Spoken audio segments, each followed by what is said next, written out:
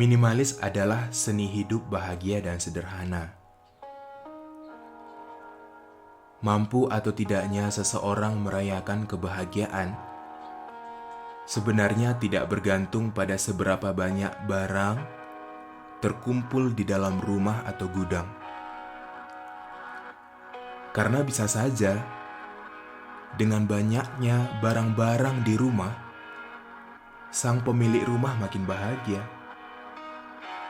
Mungkin saja kalau rumahnya sedikit barang, malah dia kehilangan kebahagiaan.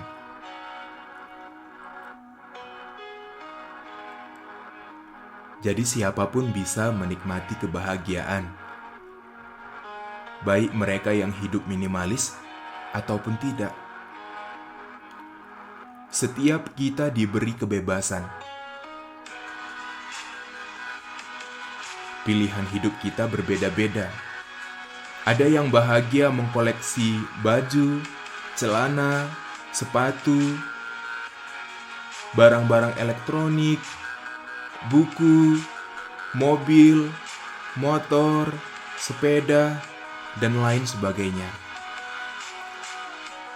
Ada juga orang bahagia dengan tidak memperbanyak barang, tetapi dengan mempersedikit barang, membagikannya ke tetangga atau orang lain yang lebih membutuhkan. Siapapun bisa menjadi minimalis. Dan orang minimalis tidak perlu dijuluki sebagai orang bodoh, orang miskin, orang yang tak punya apa-apa. Karena minimalis adalah pilihan hidup. Kaya atau tidaknya seseorang tidak bisa diukur dari minimalis atau tidaknya seseorang. Hidup minimalis soal kebahagiaan sejati, bukan soal kebahagiaan palsu. Hidup minimalis soal ketenangan hati dan pikiran, dan soal keikhlasan melepas sesuatu kepada orang lain. Yesus Kristus pernah berkata begini, "Barang siapa mempunyai 2 helai baju, hendaklah ia membagikannya dengan yang tidak punya baju." Dengan ikhlas membagikan baju kepada yang tidak punya baju, hati makin berubah ke arah yang lebih baik. Hati makin bersyukur di hadapan Sang Pencipta. Keuntungan yang didapatkan kalau hidup minimalis: makin bahagia, makin tenang, dan waktu luang pun semakin banyak. Karena tidak banyak barang-barang yang harus diurusin. Hidup minimalis berarti nyuci jadi lebih cepat, ruangan makin luas, dan pikiran tidak mudah stres dan bosan. Makin hemat, manajemen keuangan lebih tertata. Menabung jadi lebih seru karena sedikitnya pengeluaran biaya kebutuhan sehari-hari dan biaya ngurusin barang-barang. Makin tahu menata hati, makin tahu menata pikiran yang sedang berantakan. Makin bijak memberi batasan dengan tidak memperbanyak data-data yang mengganggu, data-data yang negatif di dalam pikiran.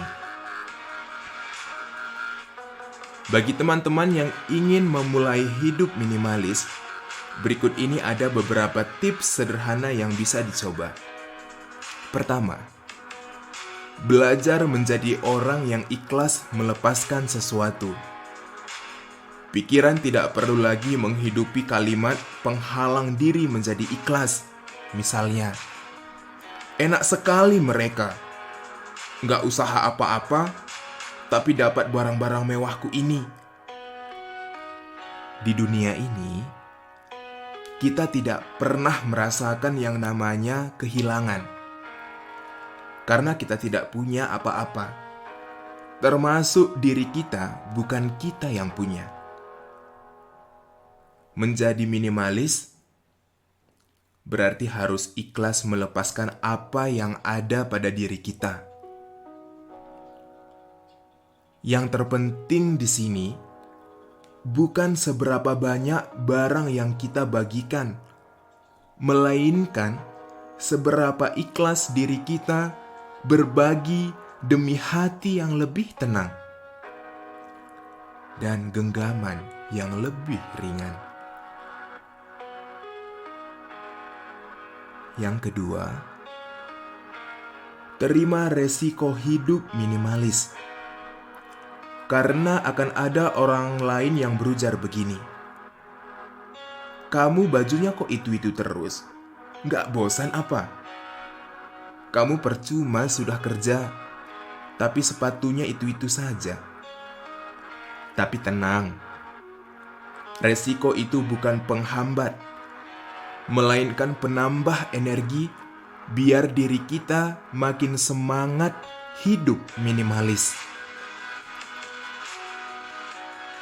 Dengarkan suara hati.